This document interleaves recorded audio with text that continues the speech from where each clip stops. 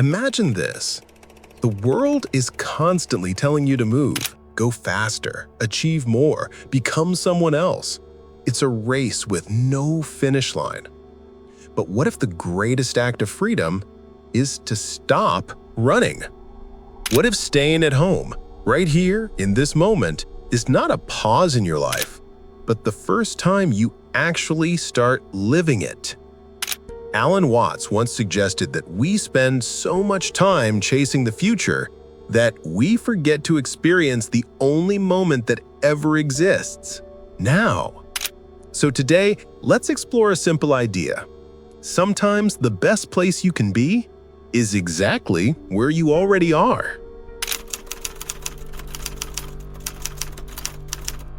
When we hear the word home, we usually think of walls, furniture, and everyday routine. But what if home is something much deeper? A place where time slows down, where the world stops spinning, and where you finally meet yourself. Most of us live in a constant state of movement. We wake up with unfinished plans, rush into the day, multitask, scroll, consume, react. We chase what's next, thinking it will give us the feeling we're searching for, the moment of peace, fulfillment, satisfaction. We tell ourselves that once we finally arrive at our goals, we will allow ourselves to rest. But rest never comes on its own. Alan Watts once explored the human obsession with progress. He observed that people live with an almost invisible tension, a belief that their life has not yet begun. They believe happiness lies somewhere ahead of them, on the horizon of future achievements. Because of this, they are always moving, always searching. Ironically, when we're constantly running after a better future, we miss the only place life ever truly happens, the present moment. Home has a strange power. It interrupts the illusion of constant movement. When we stay home, we're faced with something we normally avoid, the now. No distractions of crowds, no rush of responsibilities, no pressure to perform. The present moment becomes impossible to ignore. At home, you notice the sound of your own breath. You notice subtle things, the warmth of a cup in your hands, the rhythm of rain outside your window, the way sunlight falls on the floor. The world becomes smaller, more intimate, simpler. For many people, this simplicity is uncomfortable. In silence, we face ourselves without filters. We face our doubts, our desires, our unspoken fears. That's why people often prefer noise. Noise keeps us from hearing our own thoughts. Movement keeps us from feeling our own life. But when you stay home, something transformative happens. You stop escaping your experience and begin living it. Home becomes a sanctuary of presence. When there's nothing external to chase, your attention finally returns to what's happening inside. You begin to sense your body, your emotions, your intuitive intelligence. You feel the difference between being busy and being alive. And slowly, the tension of constant striving loosens its grip. The present moment reveals itself in layers. At first, you may feel restless, a desire to distract yourself, to pick up your phone, to fill the space. But if you remain still long enough, something shifts. You begin to notice details that were invisible when life was a blur. The sound of your own footsteps in the hallway, the weight of silence, the softness of a morning breeze through an open window. These small details are not meaningless. They are reminders that your life is not happening elsewhere. It's happening here.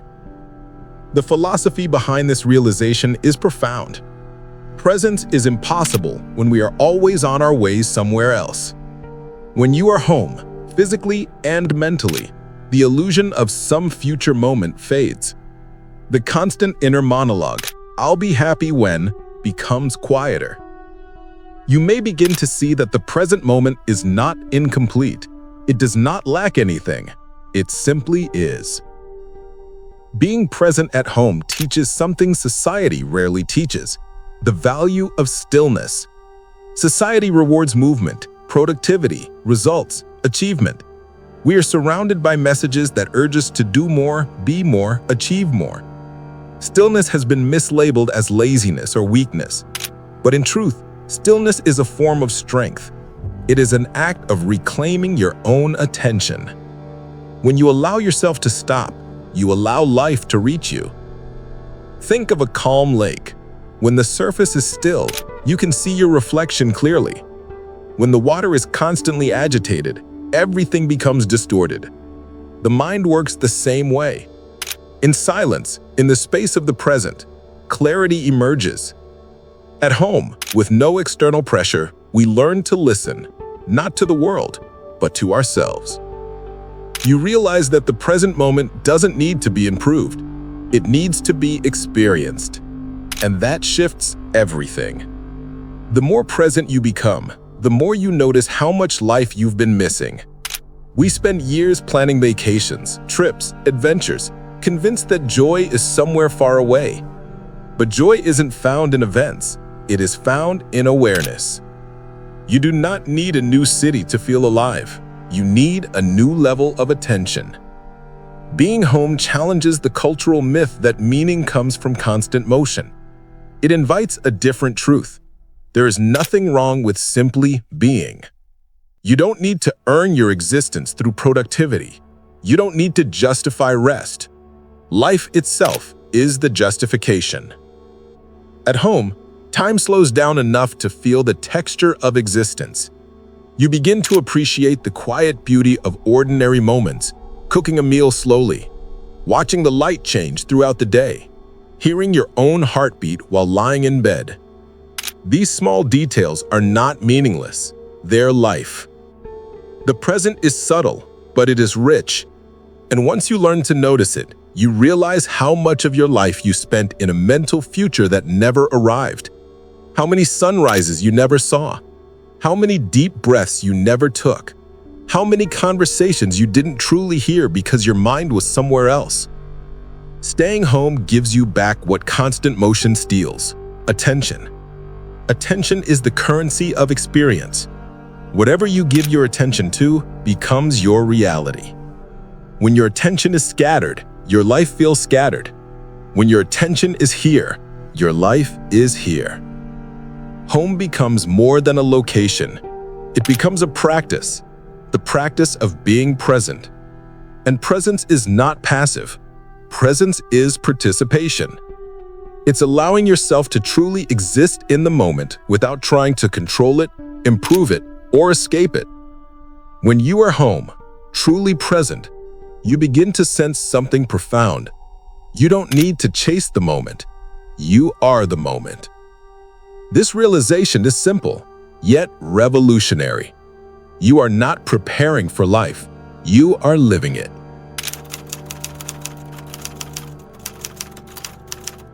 We live in a culture that worships movement. From the moment we open our eyes in the morning, we are already behind. Behind schedule, behind goals, behind expectations, always catching up with something. Productivity has become a form of identity. Our worth is often measured not by who we are, but by what we do, how much we accomplish, how busy we appear. Doing nothing is almost taboo. If you are not improving, evolving, building, striving, you are told that you are wasting time. So we fill our days to avoid the discomfort of stillness. We fill them with tasks, screens, errands, goals. We fill even the smallest gaps with distraction. Check the phone, scroll, refresh, consume. But what if all of this movement is not progress? What if it's escape? Alan Watts once explored a paradox. The harder we try to improve ourselves, the more we reinforce the idea that something is wrong with us. When we constantly strive to become better, we silently declare that who we are right now is not enough. And that is why doing nothing, truly nothing, is so frightening. When you stop moving, you meet yourself without the armor of activity, without plans, without performance, without the illusion of control. Doing nothing exposes you to the raw reality of your inner world. Most people are terrified of this, not because the world outside is overwhelming, but because the world inside them is unknown. But here is the secret. Stillness is not the absence of movement. It is the presence of awareness. When you allow yourself to pause, to sit, to breathe, to simply exist, something begins to unfold. Thoughts that were buried under noise rise to the surface. Feelings you've avoided reveal themselves. Ideas that were drowned by constant input suddenly appear with clarity. Your inner world has been waiting for you to slow down long enough to listen. Doing nothing is not laziness, it is restoration. Consider a bow being pulled back. The tension is necessary, but if the bow is never released, the energy turns into strain, then damage, then breakage. The mind is the same. Constant effort, constant striving, constant doing eventually becomes friction. Not movement, friction. Not growth, exhaustion. Stillness is what releases the tension. When you stop pushing, something paradoxical happens. Your creativity wakes up. Your intuition becomes audible. Your thoughts organize themselves into clarity instead of chaos. You don't have to force insight. Insight arrives when the mind is quiet enough to hear it. Think about the moments when true solutions or creative ideas came to you, not while you were desperately trying, but while you were relaxed. In the shower, on a slow walk, while staring at the ceiling before falling asleep, when you let your mind wander freely. Why does this happen? Because the mind is not designed to produce its best ideas under pressure. It creates from space, not strain. Doing nothing creates that space. When you stop filling every minute, you begin to experience time again. Time is not something that happens to you. Time is something you inhabit. Doing nothing allows the minutes to stretch. It lets the present moment breathe. It gives you back your life. Most people confuse activity with progress, but movement on its own means nothing. A hamster wheel is full of movement and goes nowhere. Busyness without presence is not living. It's motion without meaning. Doing nothing interrupts this loop. It teaches you that value does not come from speed, but from awareness, from quality instead of quantity, from depth instead of accumulation. Stillness is not passive. Stillness is active observation. When you practice doing nothing, you are training one of the most powerful skills a human can have: the ability to witness your own life without trying to control every second of it. In stillness, you begin to see the truth. Not every problem requires a solution. Not every moment requires improvement. Not every thought requires attention. Most of the time, life unfolds on its own. Doing nothing is an act of trust. It is trusting that the world will continue spinning without your constant interference. It is trusting that your value exists even when you are still. It is trusting that being is enough. The deeper you go into stillness, the more you begin to experience yourself not as a machine that processes tasks, but as a conscious being. You begin to feel your existence rather than justify it. You sit in silence and realize you are not defined by productivity. You are not defined by output. You are not defined by how efficiently you convert time into results. You are defined by awareness, by presence, by your capacity to experience. The world has tried to convince us that time spent resting is time wasted, but the truth is the opposite. time spent resting is time returned.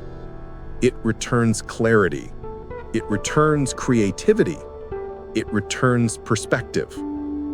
Doing nothing is an invitation to reconnect with the rhythm of life, a rhythm that is not linear or mechanical, but cyclical. Work, rest, breathe, exist. This is how nature works. This is how the heart beats. This is how ideas are born. Stillness is not empty. Stillness is full of insight, full of creativity, full of life. But we only become aware of this fullness when we stop trying to fill every moment with noise. The world will continue telling you to push harder, do more, move faster. But strength is not always an acceleration. Sometimes strength is in the courage to stop, to sit, to listen, to do nothing, and allow the silence to show you what truly matters.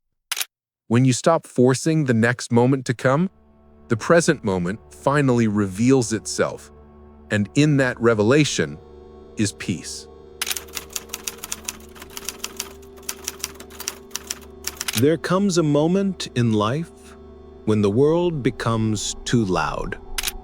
Too many expectations, too many roles to play, too many voices telling you who you should be.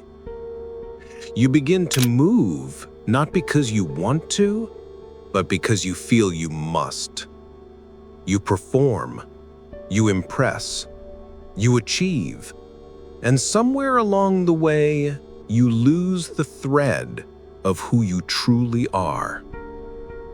The deeper you go into the world, the more distant you can become from yourself. Home, not as a physical location, but as a state of being, is where that distance disappears. When we talk about coming home, we are not referring to returning to an address. We are talking about returning to a feeling of familiarity, sincerity, presence. A feeling where nothing is required of you and nothing needs to change. Home is the place where you stop performing. It's where you can take off the mask you show to the world, the identity built from expectations, responsibilities, ambitions, and pressure.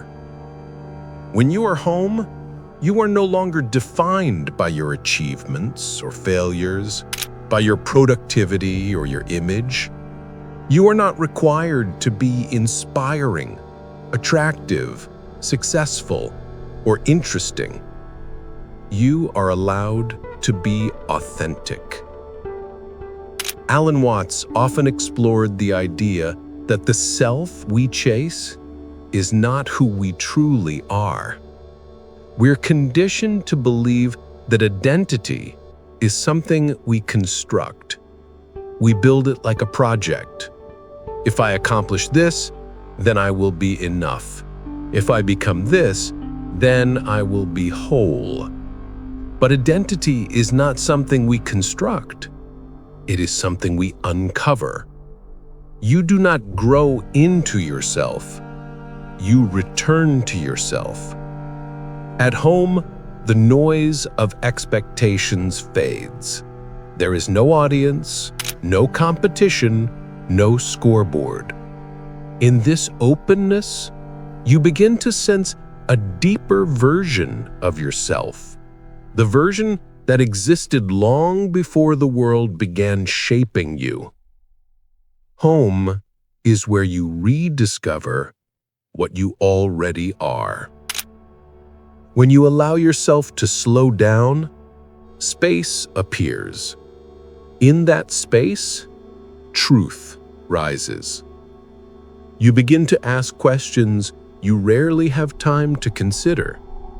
What do I actually want? What do I enjoy without being observed? Who am I when I am not being evaluated. And suddenly you realize that most of your life has been shaped not by your desires, but by expectations you inherited. We are taught to chase identity externally. We search for ourselves in careers, relationships, achievements, and status. We look for meaning in the reactions of others. But everything external is unstable. Everything external can be lost. Home, the inner home, cannot. When life outside becomes overwhelming, home becomes the sanctuary of returning. It is the place where you remember that you are not separate from the world. You are a part of it. You are not a machine that produces results. You are a living expression of consciousness. At home, you begin to notice the subtle truth. Being alive is enough. Nothing more is required. You do not need to prove your existence. You do not need to justify your rest. You do not need permission to slow down. The outside world pushes you to become somebody. Home allows you to be yourself. Returning home, truly returning, means turning your attention inward, not in a selfish way, but in an honest way. It means asking not who should I be, but who am I beneath all the layers. When you sit with yourself in silence, without distraction, you begin to see your inner world with clarity. You notice patterns of thought that have guided your decisions for years. You notice fears that have created invisible boundaries around your life. You notice the quiet, steady voice beneath the noise, your own voice. That voice speaks softly, but truth always does. It whispers, you don't have to chase anything. You don't have to escape anything. You are already here. Instead of constantly moving outward, trying to grasp meaning from life, you finally move inward and discover that meaning has always been within your experience. Home teaches you something profound. You are not searching. You are remembering. Returning home means accepting yourself, not the ideal version of yourself, the real one, the flawed one, the vulnerable one, the human one. Because the moment you embrace yourself fully, the search ends. You stop feeling like a problem to fix. You stop feeling like life will begin someday in the future. You finally understand that you are not on your way to being whole. You are whole. Home is the moment realization replaces striving. Stillness replaces chasing. Presence replaces longing. Peace replaces effort. And once you feel this peace, not as a concept, but as a lived experience, your relationship with the world changes. You move through life not as someone desperate for meaning, but as someone who carries meaning within. You begin to engage with the world not from emptiness, but from fullness. You no longer move because you feel incomplete. You move because you feel inspired. You no longer seek validation. You express truth. You no longer try to become. You simply are. The greatest freedom comes not from escaping the world, but from no longer needing the world to confirm your worth. Home is not a retreat from life. Home is where life finally reaches you. Because when you are home, present, aware, connected to yourself, every place becomes a home. The busy street, the crowded train, a city full of strangers. You carry the stillness with you. You carry presence. You carry yourself. And then you realize coming home was never about going somewhere.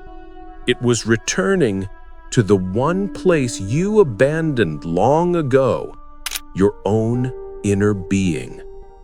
You return not because you were lost. You return because you finally stopped searching outside for something that was inside all along. Home is not a destination. Home is you.